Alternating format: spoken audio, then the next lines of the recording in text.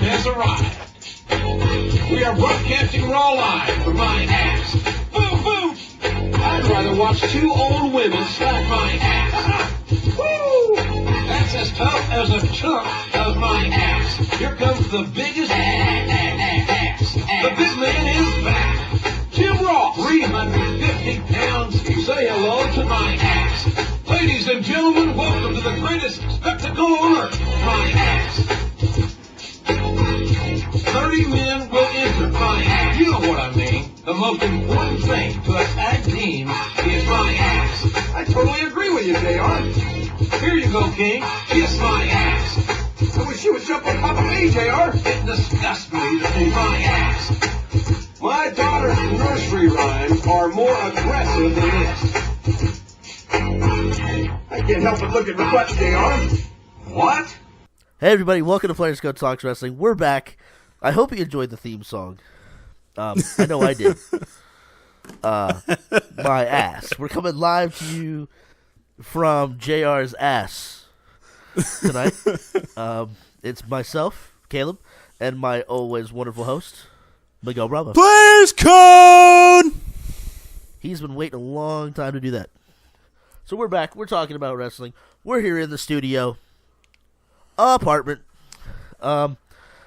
That's my steal and opening from a wrestler joke. I stole it from Colt Cabana.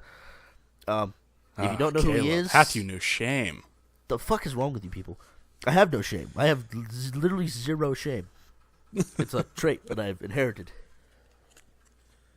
I'm drinking White Russians. I'm recording a wrestling podcast. Oh man! So we came back. We decided to come back for a few reasons. One, we always said we were going to bring the show back. Two, it's been a good couple weeks in wrestling. Some shit has happened. Like, things we're going to get into. But things both on Raw and NXT have happened, and it's exciting. I'm excited. Mike, are you excited? You know what? I'm pretty excited. He's pretty excited. That's good, because Mike doesn't get excited about anything. No, I hate most things. Exactly. We both hate most things. So we're both excited to be here.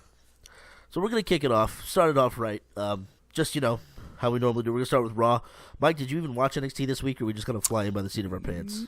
The only thing that I've watched on NXT is the debut of a certain somebody. That debut made me, let's just say, I got tingly in certain parts. My father, who is also an avid wrestling fan, and I bumped my microphone. My father, who's an avid wrestling fan, was texting me about that certain debut. So, shout out to him and his tingling, dangly parts. I don't know where I'm tired. So let's do this. Let's start off. Let's go to Raw. We start out. Mike, how much of a chance would you say the Authority had on this show? I'd say no chance. No chance? No chance in hell, maybe? Yeah. Is that what they got? Because that's right. That's the all they WWE got. chairman, the man himself, the man with,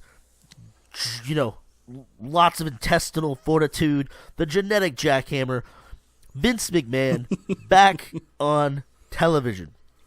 Funny enough, they had just kind of said about a few months ago. That might have been 6 months ago. Anyway, they kind of said that McMahon's character was kind of done.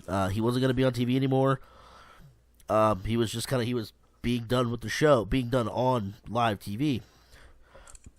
Excuse me. Apparently that's not true, because here he is, swagger and all.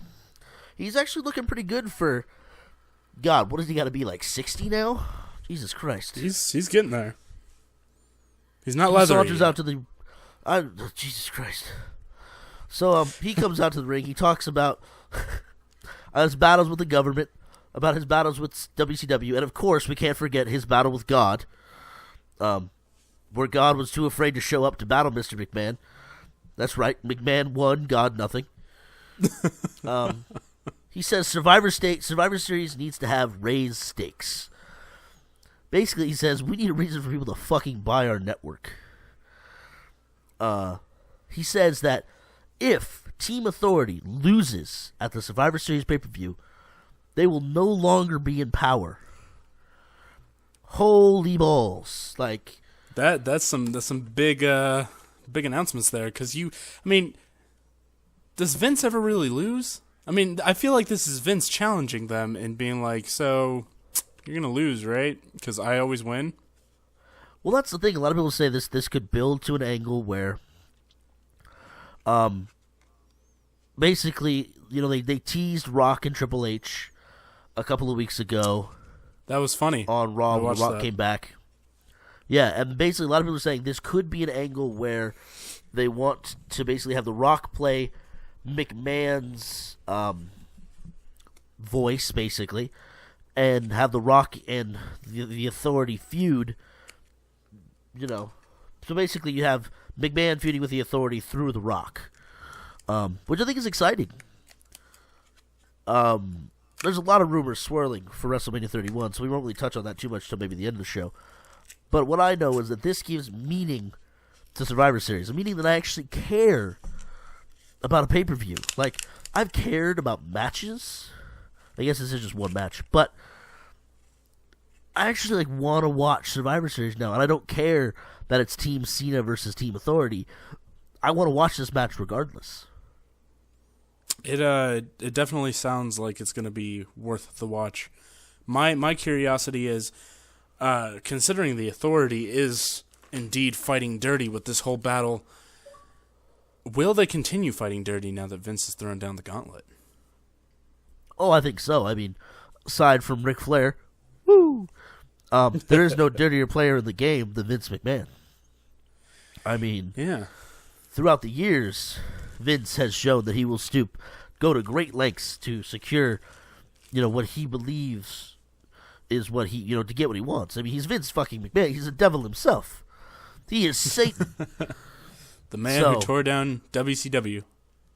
He did indeed tear down WCW. So up next, we have a match between Cesaro and Dean Ambrose. This was apparently a pretty good match, but considering the two superstars who took place in it. Bray Wyatt sat on the entrance ramp and just watched.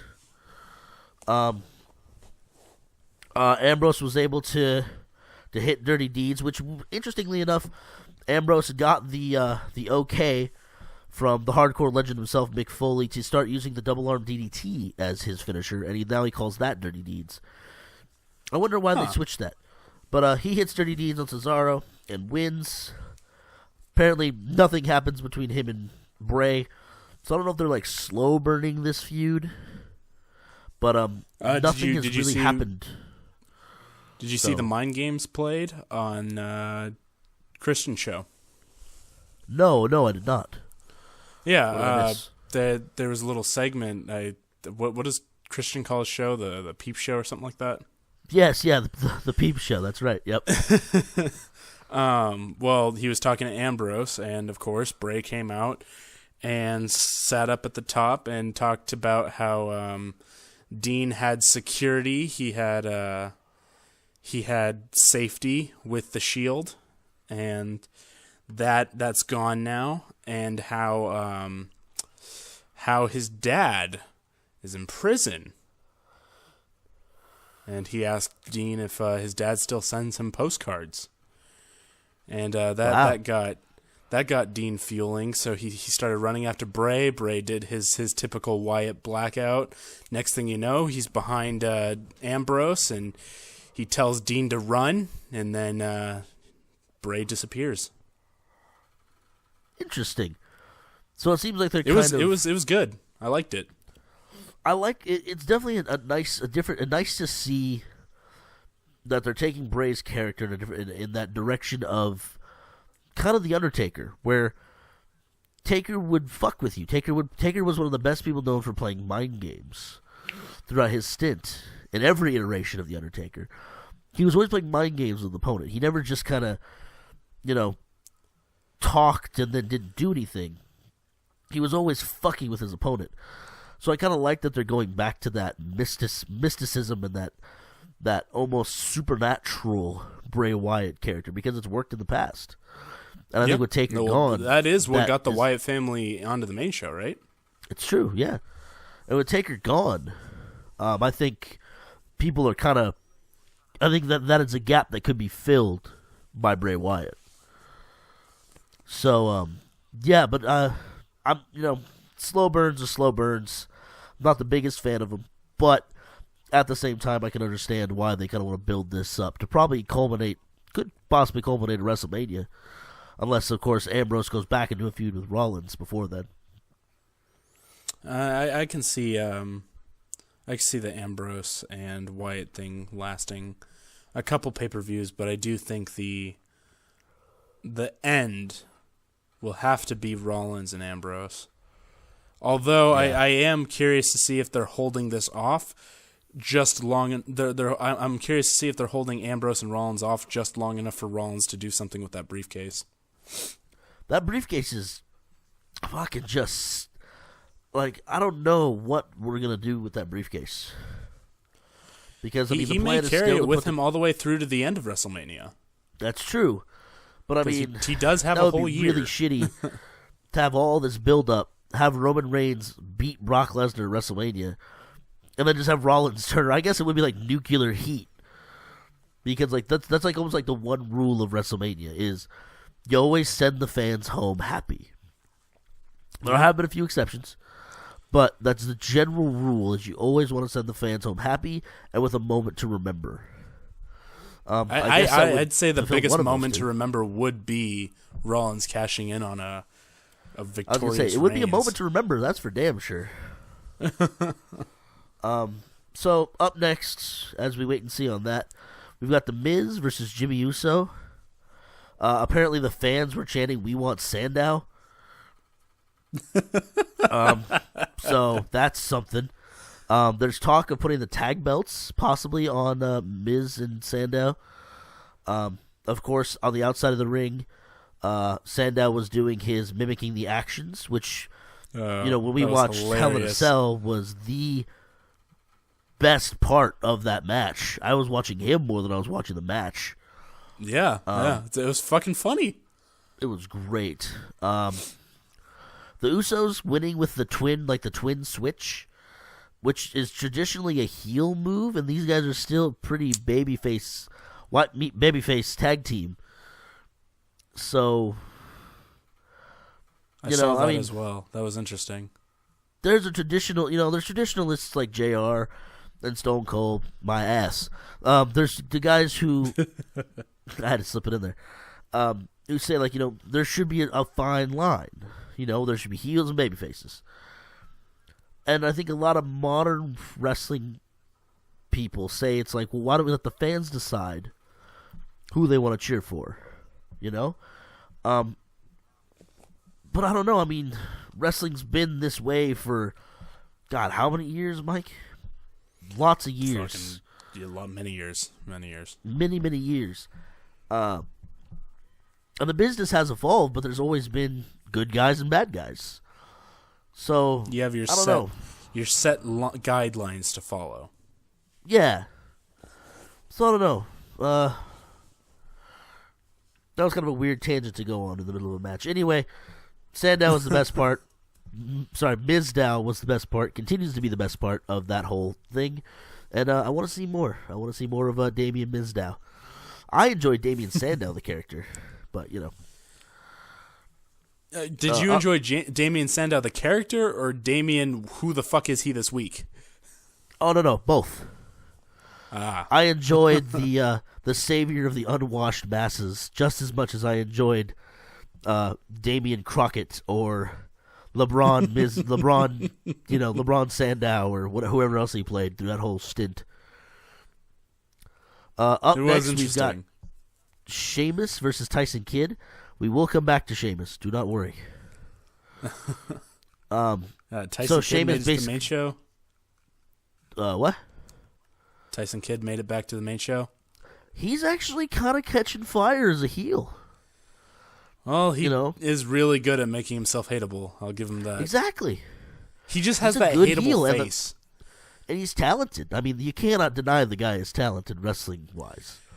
See, well, that all I've seen from him is back in his debut days with was it fuck, The Hart Foundation. Well, no, when he was a tag team with the son of the British Bulldog, was that who it was? Oh yeah. I know what you mean. That's all I saw, and that wasn't impressive at all. And then I saw a few matches where he pretty much just got in the way of what I really wanted to see on NXT. So, in all honesty, I haven't seen much of his now, as opposed to what he was then when I first saw him. He is very skilled in the ring. He's a good wrestler.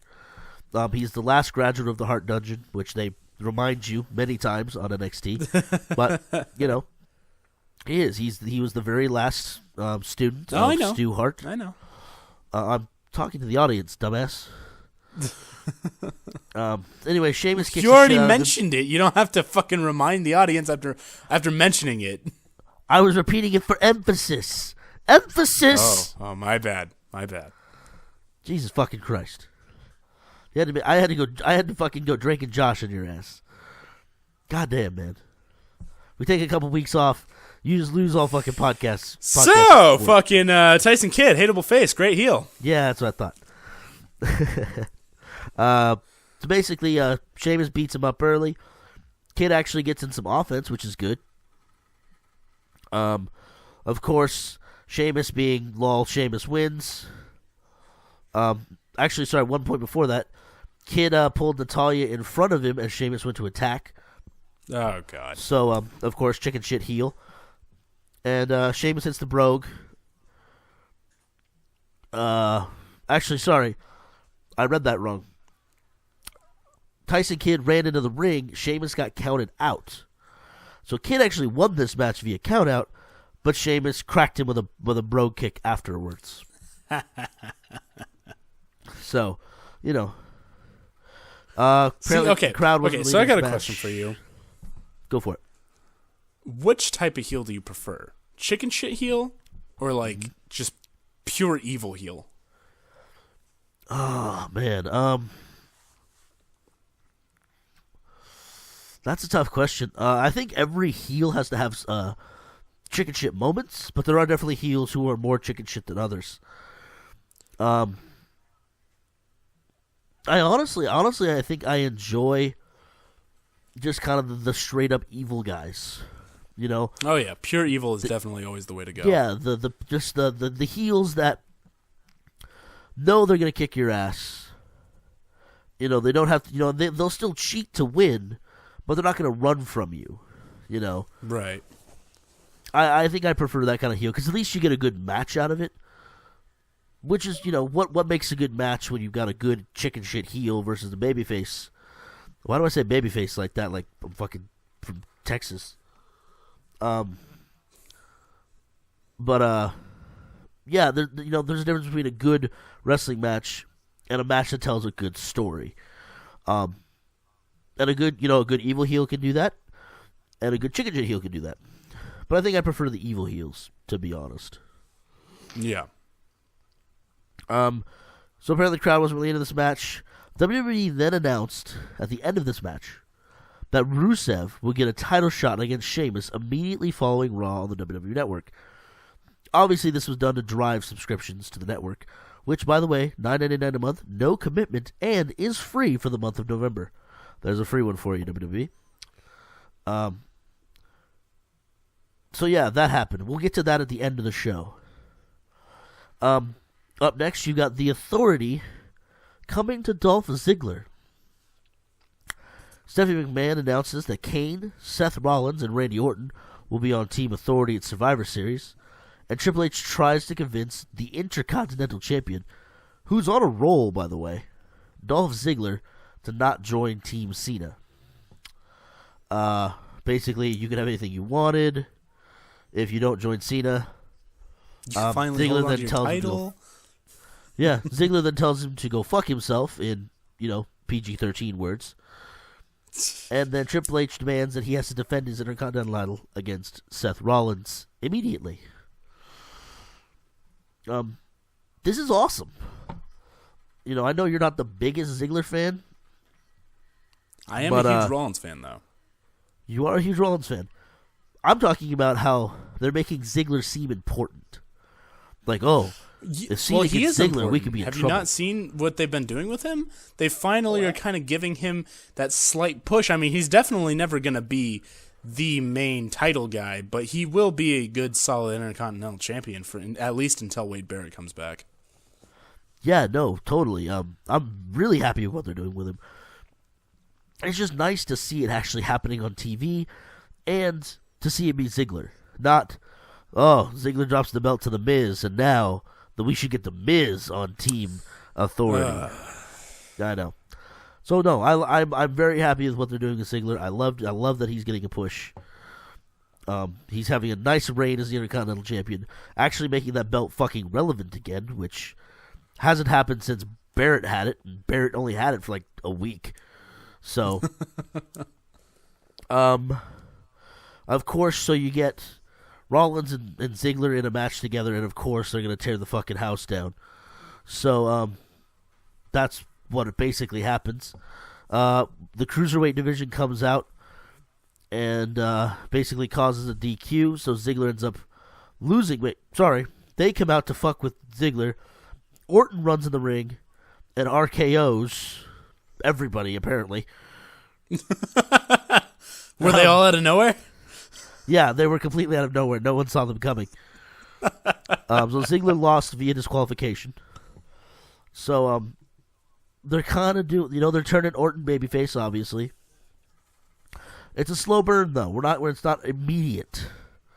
I did enjoy last week where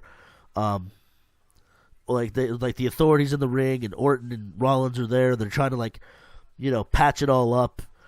And, Orton just looks down and then out of nowhere hits an RKO and Seth Rollins just leaves the ring. It was fucking fantastic.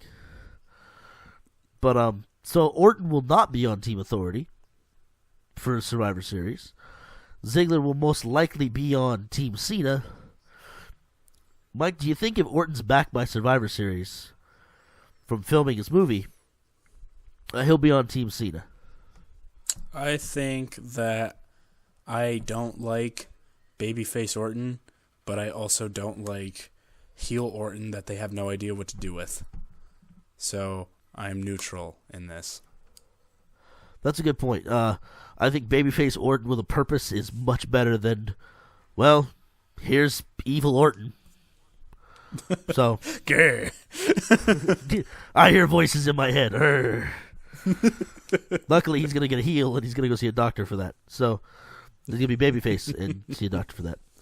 So, Mike, I want you to get ready, because I know you're going to be excited. The big guy is back. The big guy? Ryback versus Feed Titus me O'Neil. more? Feed him more. Mike is a huge Ryback fan. No. What I am so excited about this is you, Caleb. You finally get to see Feed Me More Ryback because you missed out on him. Instead, you got old, crappy, nobody wants to book him for anything good Ryback. Hey. Ryback was a fantastic comedy heel tag team. Yeah, used for what? Three far as matches? comedy Three heel of the tag same teams go. matches? But no, I'm excited to see face Ryback. Never got to see face Ryback before, so I'm excited. He is the best type of Ryback. Basically, he takes on O'Neil, and Ryback then just, swallows him. Was exactly a squash, but was kind of a squash. Only really a 2-minute match. Then there was a nice segment. I want to talk about this before we cover the next match, where I want to say it was either Tuesday. It was one of the other shows during the week. We saw Ryback and Curtis Axel in the locker room talking, and basically they kind of decided that they're gonna go their own separate ways. But they said all the best tag teams get back together, like Ryback for life, and I'm like, this is a good segment. This is a good segment. Ryback said he's read some books on politics. Kind of poking fun at the backstage politics that go on. It was a nice little comedy segment. that addresses the Rybaxel tag team, where they're kind of done for right now. They're doing their own things. But it was a nice segment. It was a nice little wrap-up. I love these two guys together. I wish Curtis Axel got to do more things, since he's back finally. He came back on Main Event. Really, nobody cared, but I want to see That's the thing? these two They guys. still have Main Event? Yeah, Main Event and Superstars is still a thing too, I think. Oh, God. But I want to see these two do good things. So I just wanted to mention that little segment. Up next, we've got Mr. This Is What I Do versus, well, where's the Big Show? Where's the Big Show? Ray Young interviews the show before the match. He said he would be honored to join Team Cena. Fucking everybody just wants to be in this Survivor Series match. He was also talked about how hurt he was when Mark Henry betrayed him. Mark Henry betrayed him. That's breaking news to me. I hadn't really been paying attention, so Mark Henry's a bad Mark guy Henry again. fucking World's Strongest slammed Big Show 3 times in a row. Damn. Yep. That's a lot of weight to pick up and put down 3 times in a row. 3 times, yeah. So basically you've got just, it's like watching, 2 semi-trucks just hit each other. Basically what happens is, let's see here. Henry uses the stairs to hit Big Show in the head, causing a disqualification. And then he, World's Strongest, slams Big Show onto the steps. And then, apparently in a segment after that and backstage, Triple H and Stephanie want Kane to ask if Henry is interested in joining the Team Authority for Survivor Series. That's what I do. I'll be on the Survivor Series team. That's what I do. Somebody gonna get their neck broke. Dude, I'm sorry, but I love heel Mark Henry. Because heel Mark Henry is no really chicken good. shit, and No. he is just this huge bully of a man. And I fucking love watching him plow through at just all the little wimps. Dude, I agree. Heel Mark Henry is awesome Mark Henry. It's the only Mark Henry there is, really. That's true. Although I do want to admit that those like 2 of the oldest guys in the WWE in a match right there. And also 2 of the biggest guys, which being big, it's not easy on your body when you're doing a lot of athletic stuff. So props to those 2 Right. guys. Yeah. Up next, we've got Nikki Bella with her assistant Brie versus Emma. Basically, it's been vignettes of Nikki torturing Brie Bella for the past couple weeks. Voice cracked there. Brie Bella tries to give an interview, but Nikki says no. Apparently, then Renee Young decided to interview Eric Rowan, and he only said pretty as creepily as humanly possible. Strange. AJ Lee sat in on commentary for this match. But the match ended with a dropkick and a rack attack. So that's what that move's called. Do you think they call it rack attack because she has her fake tits now? Well, she does bounce up and down with them on her shoulders, doesn't she? She really does. Huh. Anyway, after the match, which Nikki wins. By the way, really like Emma. Big fan of Emma. Just want to throw that out there. I like the hand things that she does. Anyway, Nikki orders Brie to slap AJ in the mouth, which she does, but then AJ chases after Nikki, and Nikki runs away. Well, no You know what, shit. Mike? I'm okay with this. I'm okay with it. You want to know why I'm okay with this? Why, okay, Because this good. match didn't seem to be just about total diva bullshit. Nikki's feuding with AJ, and then, obviously Brie Bella and Nikki are still kind of having the thing. This makes sense. There's storylines here. This isn't just, Naomi said some shit on Total Divas, so now they're going to have a match. It's like, no. All right. These are storylines that we've seen, we've got to see, and they're developing. I'm okay with that. They may not be great, but fuck, at least they're developing. At least it's not fucking Fandango and his millions of fucking making out sessions. Where does he go, by the way? They realized that what they were doing was nothing but shit, and they decided to put him in the back room. The cold, dark back room. He just disappeared. Speaking of put in the back room, we got Zack Ryder versus Rusev. Woo, woo, woo. You know it. So obviously you know how this ends. Rusev wins with the accolade, and then Lana talks up about how Rusev's going to win the U.S. title after Raw.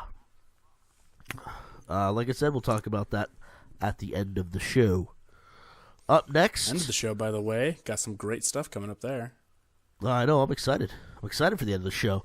We just got to get through all the other shit first. Like this. For Mike, I'm going to tell you the two names in this match, and I want you to tell me who they are. Okay. Fernando, the only one I want to really know is Fernando, but it's Fernando versus Stardust. Mike, who the fuck is Fernando? I was going to say he was the dude in that Lady Gaga song, but that guy's name was Alejandro. So I have no fucking idea who Fernando is. If you'd like to remember a tag team called the Los Matadores, Mike. Oh. Right. Because we haven't seen them in fucking months. And apparently last time we saw them was their midget match, wasn't it? Oh yeah, don't worry. El Torito got involved in this match. The Miz and Mizdow were on commentary. They basically distract Stardust. Fernando takes advantage of Stardust being distracted and hits a backstabber for the win. So Fernando wins this match. So what I'm trying to understand is Goldust and Stardust are tag team champions. Right. Have they won a match besides Hell in a Cell since winning the tag titles? Because they went on a really long losing streak there between when they won the titles and Hell in a Cell. And now Stardust is losing to Fernando. I think this is just the WWE's way of pissing on the tag team division. Like, truly just pissing on it. I like this analysis here. The tag team division produced a kind of hurried, jumbled mess normally reserved for the divas.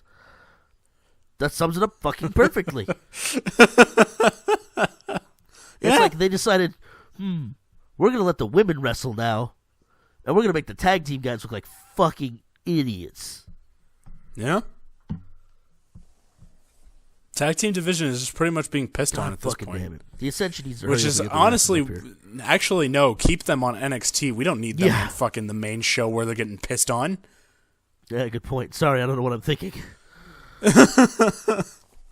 So, last match of the night, on television at least, you've got Randy Orton versus Seth Rollins. So apparently Orton is still seen as being on the Team Authority, because as Triple H says, he needs him in order to win. After that RKO spree? Triple H and Stephanie McMahon sat at ringside as these two guys battled it out. Match picks up pace. Good match, I would say, because, it's Orton and Seth Rollins. Really, a good match. Let's see here. Okay, so Rollins wins the match with a backslide. Weird. Orton shakes Kane's hand. He shakes the Cruiserweight division's hands. And then he reaches Rollins. He turned what looked like a brotherly embrace into an RKO out of nowhere. Wow. It was out of nowhere! Yeah, fucking no shit. Looks like Orton's going to go for the punt attempt on Rollins, but Triple H smacks him with the right hand. The Authority basically beats the shit out of him. And then Rollins proceeds to curb stomp Orton onto the ring steps. There's some parts missing here. Are there? What did I miss? Before Orton started getting his ass whooped on, he RKO'd Rollins, and then Triple H, he calmed him down. He was like, you talking to him. You couldn't hear their conversation, but he got up close and personal, and they were talking. And then it looked like things were resolved. Orton went shoulder bumped Triple H. Triple H then tried grabbing onto Randy, like, what the fuck, man? We just talked about this. And then Randy RKO'd Triple H, and that's when shit broke out on him. Huh. All right. Well, I don't know. I mean, what I'm reading says differently, but whatever. Go watch I Raw, watched it, folks. Oh, okay. Mike watched it. Good. At least one of us did. So basically, like I said, good segment. Slow burn. Orton turning face. He's now turning face. The authorities turned on him. Orton got busted open during this segment, actually, strangely enough. It was, I believe, when he was curb stomped on the announcer table. Yeah. So he got busted open. Orton now has basically injured, in quotes. He's working injured. He's going to go film The Condemned 2. Wondering if he'll be back for Survivor Series or not. I honestly hope he doesn't return. And if he does return in time for Survivor Series to be on Team Cena, then that right there seals the deal. Team Cena wins. Yeah, well, I think Team Cena. I don't know. It's gonna be interesting. I think to set up the feud, the Authority has to stay in power, but they have to do it by heel dirty means. Well, so I see the Authority winning this kind of in either way, but Cena will not be eating a clean pin. I can tell you that much. So after Raw goes off the air, we go to WWE Network only match of Sheamus, the United States champion, versus Rusev. All right, Caleb, are you ready? I'm ready. I wasn't gonna just blow my load all at once, but basically, it's a brutal match. It's two, beefed up dudes who like to fight fucking stiff as balls. It was a good match. It was a great match. Well, maybe not great. I'm gonna go with good. Let's stick with good. Good. This was a very good match. Rusev made Sheamus pass out in the Accolade. That's right, ladies and gentlemen. The United States Championship is in the hands of the Russian Rusev. Holy shit. I have to take a second to step back from my microphone. It's crazy. My alcohol. It's what I find crazy is that they've taken away the United States Championship, which wasn't being used at all in the last 7 months now?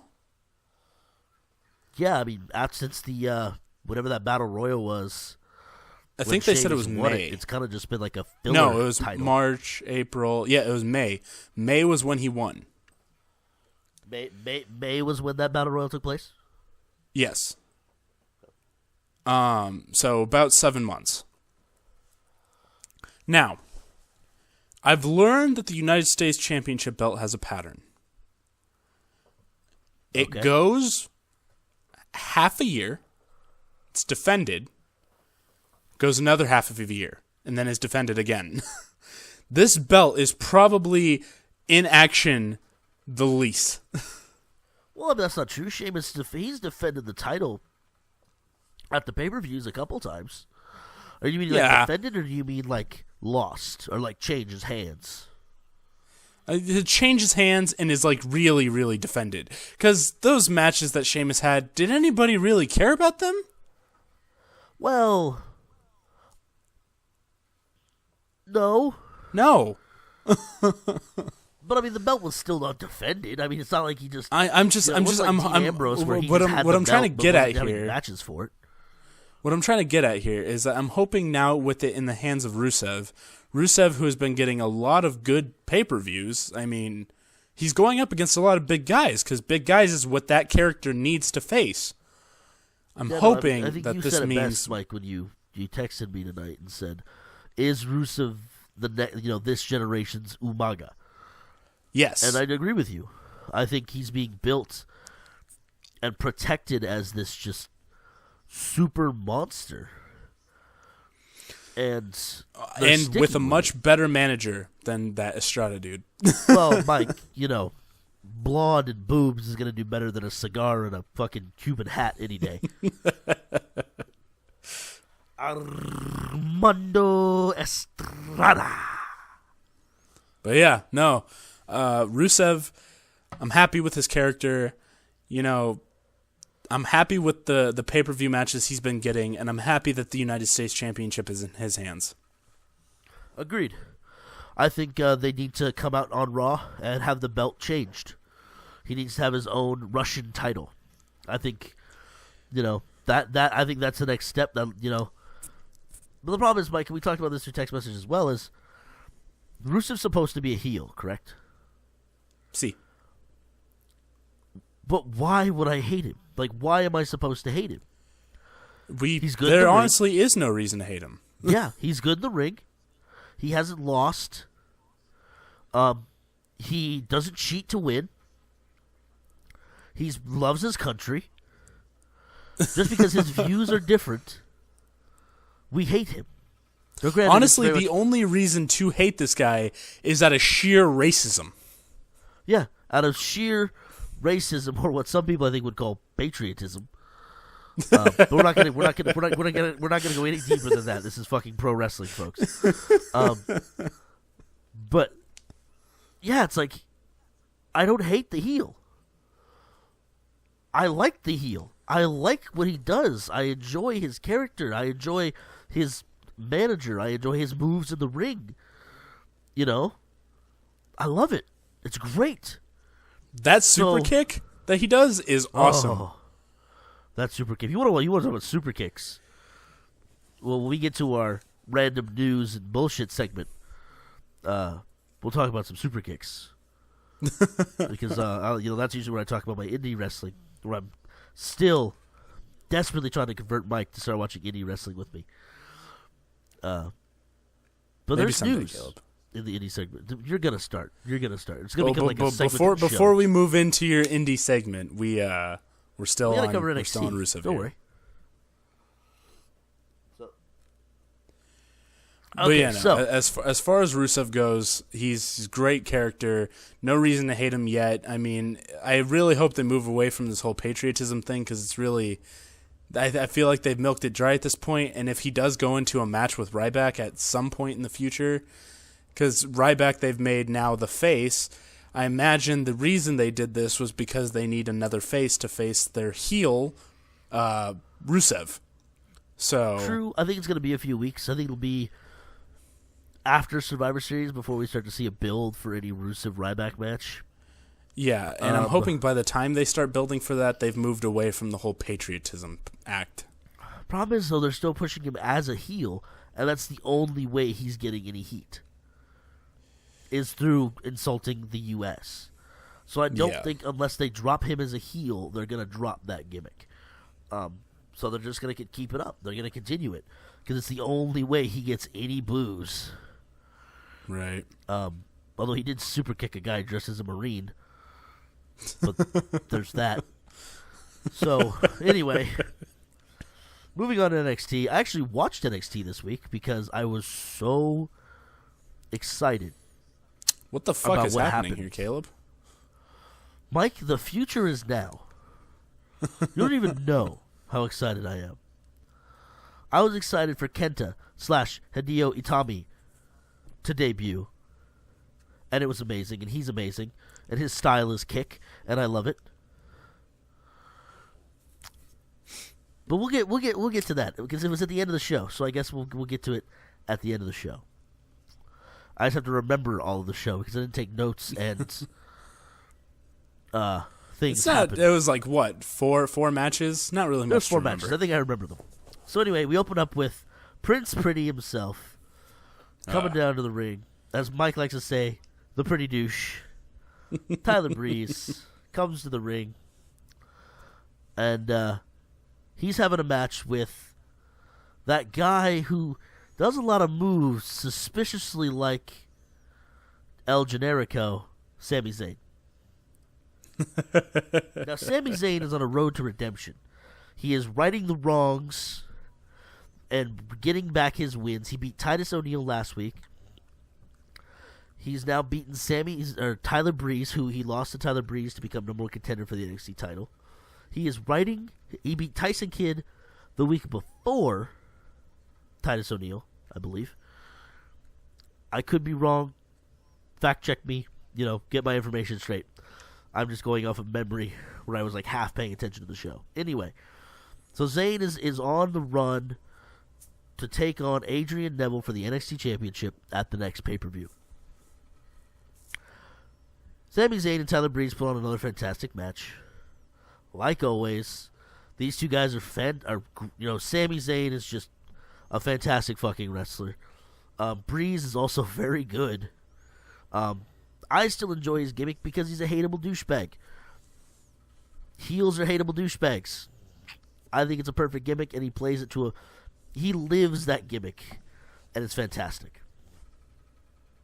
Sami ends Fun up fact winning about this match. Sami Zayn. Oh, go ahead. His OMG moment was actually put in 2K15. That's fantastic. Where he dives out of the ring after the opponent outside of it. Ooh.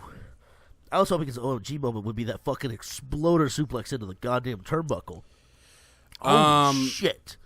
He has both his diving out of the ring after the opponent and diving through the turnbuckle when they're outside of the ring after the guy.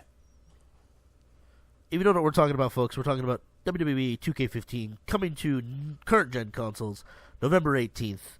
That's Xbox One, PlayStation 4, and PC. We're both very excited to play Don't buy the game. that shitty Xbox For the love 360 of God, PS3 do version. not buy Trust the me, it's Xbox not worth your 360 money. PlayStation 3 version.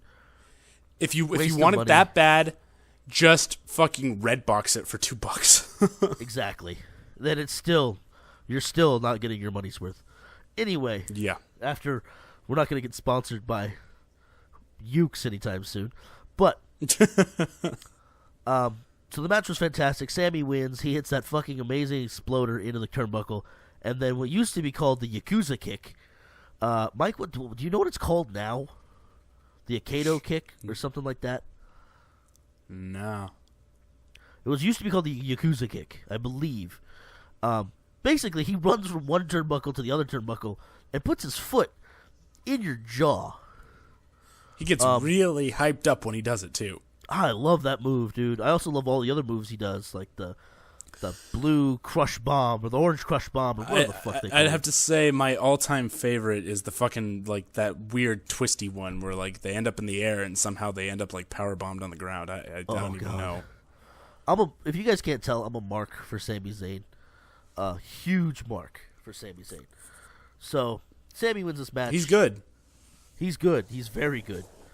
You don't get trained by one of the greatest independent wrestlers of all time and not be good. Let's just hope all those little orphans out there are enjoying their mentor. And yes, this joke is overused. You can go fuck yourselves. Anyway, after that match was what? We had it was, oh God, who was it?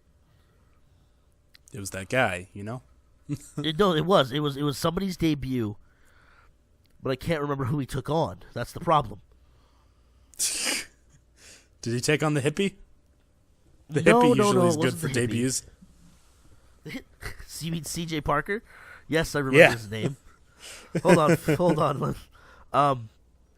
It was actually the guy actually got some offense. It wasn't like a normal NXT squash match, which was shocking to me because normally NXT has like 2 normal matches and then like 2 squashes. So this was not a normal squash match, which was great. If I could just remember who wrestled. I just so cannot remember. Was it Mojo Jojo? It was not Mojo Jojo, thank God, because I probably wouldn't care enough to actually look it up if it was fucking Mojo Rowley. Because, Mike, he does not stay hyped for me. He just can't do it. Okay, here we go, maybe. Was it Bull? Bull! No, it wasn't Bull either. It was, why do you hate me so much? Things of results.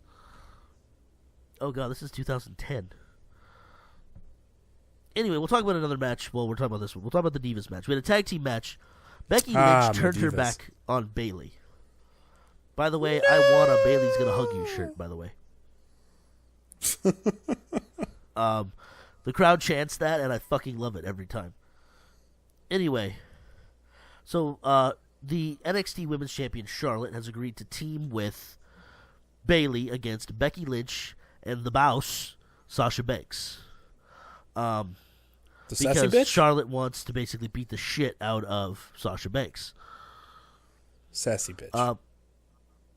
Yeah, sassy bitch. Sorry, Mike. I forgot. How dare I forget? Sassy bitch. Good match. I mean, obviously, it's just the Divas are on such a different level in NXT, man. Like, it's stupid the level that the difference between the NXT Divas and the main roster Divas. Like, it's just dumb. Well, that all falls under talent as well. Oh, I know. But it's just, I don't know. It's like, where did they get the Eva Marie and the Camerons and the Oksanas and, like, Oksana! Oksana!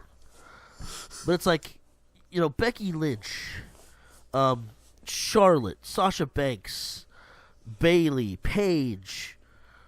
You know, Emma's even a half decent wrestler. It's like these people were around, and I was watching Eva Marie wrestle Cameron. Seriously. Luckily, so we've got that's who it was against. Anyway, good match. We'll cover it, you know, so we won't skip back. Sasha Banks and Becky Lynch defeat Charlotte and Bayley when Banks pins Bayley with a roll-up, and she grabs a handful of tights, of course. Being the heel, she cheats to win. So, you know, there's kind of talks, it's like, are Bayley and Charlotte kind of a team now? Or was this like a one-time thing? Who knows? But Bayley is quickly becoming the number 2 face to Charlotte's number 1, obviously. And I love Bayley, dude. She's awesome. She's really good. She's really good, and she's just kind of relatable, you know. She comes out, she's just happy. Her whole gimmick is she's just happy to be here. And I think that's how a lot of people would feel. It's like, oh man, I'm here. I'm just happy that I made it. I imagine, like, the day she wins that championship belt, it's like, Bayley, you just won the title. What are you going to do now? I'm going to Disneyland! Right. I'm going to hug somebody, damn it. Okay, so the match I missed, could not remember for the fucking life of me, was Dash Wilder, former tag team partner of Scott Dawson in the Mechanics, because, damn, I've seen so many good Mechanics matches, versus Tyson Kidd. Like I said, Dash Wilder actually got a lot of offense in for a squash match, but Kidd still put on the sharpshooter and won the match. So it was kind of like a weird, like, we don't know what to do with Tyson Kidd because he's not wrestling for the belt anymore. But yeah, interesting little match. I'd like to see both guys. Dude, not Finn. Dash Wilder pulled off a fucking power slam that was pretty fucking dope. Probably would have made Orton jealous. So, Mike, we come now to the end of the night. Sorry, I am a fucking gaijin, so please forgive me. Hideo Itami last week said he was calling in for backup against the Ascension. The Ascension ready, comes Caleb? to the ring, calls out Hitami. Hitami comes up to the top of the ramp. He looks down at the Ascension with serious eyes, and then proceeds to just smile. He raises his hand off stage to point to the back to the curtain, and out walks Finn. Are you ready, Caleb? Oh, Finn. I said, are you ready? Is it Balor? It's Finn Balor. It's some sort of interesting pronunciation. I haven't figured it out yet. For those of you who don't bad know, at we've been listening. talking about it for fucking months. Fergal, a.k.a. Prince Devitt, widely famous in Japan, widely famous among the indies, probably one of the best wrestlers in the business anywhere today. Now going by Finn Balor. I think Comes it's out on Balor, stage. actually. This dude is cut like a motherfucker. He really is. Looks like a fucking chiseled out Adonis. He is. He looks like he's made of marble. And we're not. And Mike and I are two very straight men. But by God, is this man attractive? And he is built. And they come to the ring, and they absolutely kick the ever living shit out of the Ascension. Finn puts on a fucking show. It was interesting. Like I'm excited now. Like I want to go watch the clip again. It was so exciting. Like holy, like Tommy's debut was cool, but holy fuck, dude. Balor was just Balor. Thank you, Balor. Well, he's Irish. I believe He's like. I believe William Regal said that it stands for like Demon King. That's amazing. All I can say is all hail the Prince. The Prince lives. All hail Balor. Devitt, whatever the fuck they want to call him. All hail. Because this guy, these two guys, and a third man. Those like the new NWO. It's like, who's the third man? But these guys are the future of this company. And I couldn't be more excited. I see good things coming. I see great things. So, the weekend wrestling was great. Good things happened. We saw the return of Vince McMahon. We saw us actually care about Survivor Series. And we saw the debut of one of the most anticipated new stars of NXT. Yeah, man, it's just going to be great. I don't think it could be any better right now. Moving on to random news and bullshit. Put up the title card, random news and bullshit. In the news of independent wrestling, the team of Kyle O'Reilly and Bobby Fish, a.k.a. the Red Dragon, have not only, the current Ring of Honor Tag Team Champions, are now also the IGWP Junior Heavyweight Champions. So they are now dual Tag Team Champions, winning the belts off of the Time Splitters, Kushida, and Alex Shelley. Mike, do you remember Alex Shelley? You didn't really watch too much TNA. No. Didn't watch much TNA. I just want you to know the Time Splitters were ranked as the #1 tag team in all of wrestling currently just a few months ago. Oh, wow. They're fantastic. Also, Kenny Omega has joined the Bullet Club. For anybody who's wondering, if anybody who knows what that is, good on you for watching New Japan Wrestling. If you don't, what the hell are you doing with your life? Not watching. That's a Mike. We're gonna sit down and we're gonna watch some good matches. Also, the WWE has filed a trademark for the name Kevin Owens. Most likely going to be the new name of Mr. Wrestling Kevin Steen. His son's name is Owen. So, most likely, that's kind of what they're going to do. I could be wrong. Could be a swerve. Could be the name of the new fucking lighting guy. Who knows? But most likely that's what they're going to do.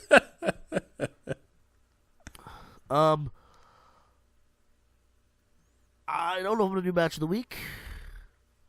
Just because we've been gone for so long and I haven't really had time to think of one. Actually, fuck it. You know what? I got a match of the week for you. In the same vein as Kevin Steen, since we've just mentioned him. I just mentioned him since Mike never talks during this part of the podcast.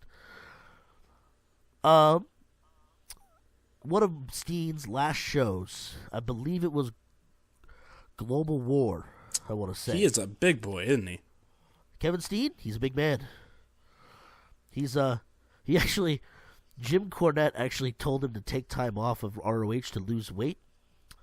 He lost the weight, came back to ROH. Cornette says, yeah, we don't have anything for you to do.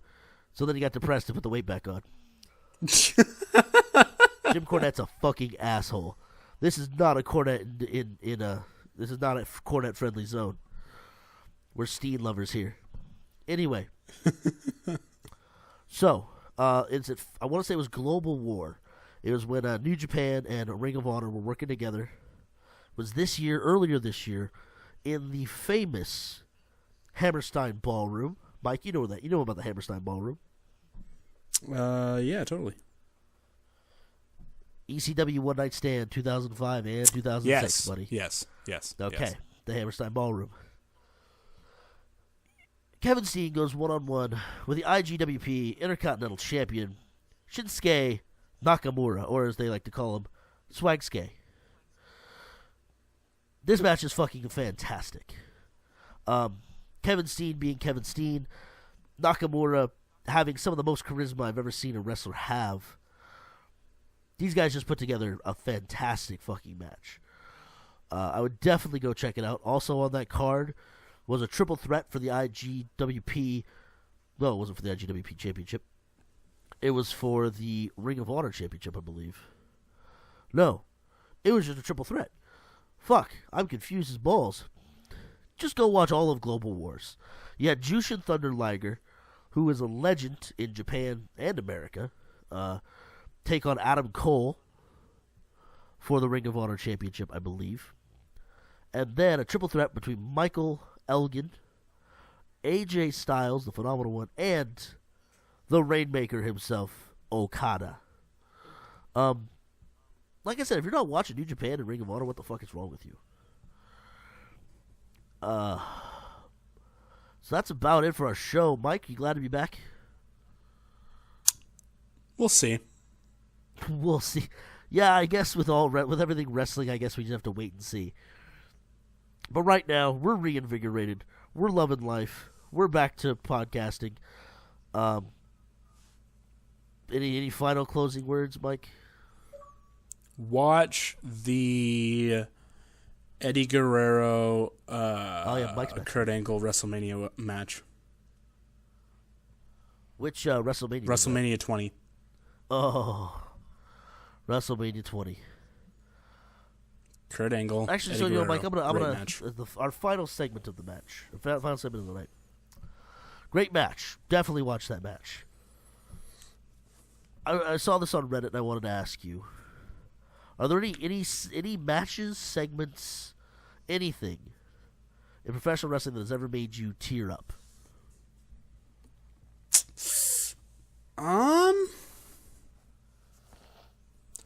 No, and that's because I didn't get the chance to watch WrestleMania 30. What at WrestleMania? Oh, would it be Daniel Bryan winning the title? No, it would be The Undertaker getting fucking destroyed by Brock Lesnar. Yeah, that was a sad moment. That was a sad moment in a lot of people's lives, like a lot of huge wrestling fans watching this pretty much god of wrestling at this point just get demolished by this guy who comes in every so often. It's very true. It was a tough moment. To answer my own question, Few moments. Talking more modern, I think Daniel Bryan winning the belts at WrestleMania 30 was definitely something that made me kind of emotional. Eddie Guerrero's tribute after his death. Yes, I was actually just about to say that. Now that I think about it, Batista's tribute to Guerrero. It's hard for me to watch anything with Eddie Guerrero, to be honest. Interviews, like matches I'm fine with, but like interviews with him or anything like that, I have such a hard time watching because I always get emotional. Well, he meant a lot to a lot of people, and it was rough for them. He was a fantastic wrestler, amazing personality, amazing character. It's just, shitty. Also, I just watched it the other day because it was in that thread. CM Punk, his final match in Ring of Honor. Just the emotion in that building just kind of radiates off the screen, and you can do nothing but feel it. The fans, Punk himself, it's just, it's amazing. Also, then going a little retro, the Macho Man, Randy Savage, when him and Elizabeth reunite, and it's just a touching moment, man. It's just it is very beautiful. Retro. It was back when wrestling, back when the business was still protected. And, people didn't know as much as they do now, or think they know as much as they do now. It was just, it was a touching, heartfelt moment, man. So, think about that, folks. Think about, pro wrestling's ever made you emotional. Nothing to be ashamed of. Nothing wrong with getting emotional in the things you love. We'd like to thank you for listening to the Players Code Talks Wrestling. We hope to make more episodes. We hope to provide you with a more just general style podcast soon. As well as many other things going up on our channel. Check out our channel, YouTube. Go on the search bar and search Players Code, or the giant P and C. And also, stay tuned. Me and Caleb have some big plans for 2K15. Oh, yeah, for the wrestling fans. 2K15, we're going to work on some stuff. Big stuff. Fun stuff. Crowd fan involving stuff. Yes, we want to try to get as interactive as possible, so stay tuned. Exactly. So keep your ears and eyes open for that. Check us out on Twitter at PlayersCo Podcast. Also follow us on Facebook, facebook.com/PlayersCode. Thank you guys very much for listening, and we'll catch you next time on Players Code Talks Wrestling.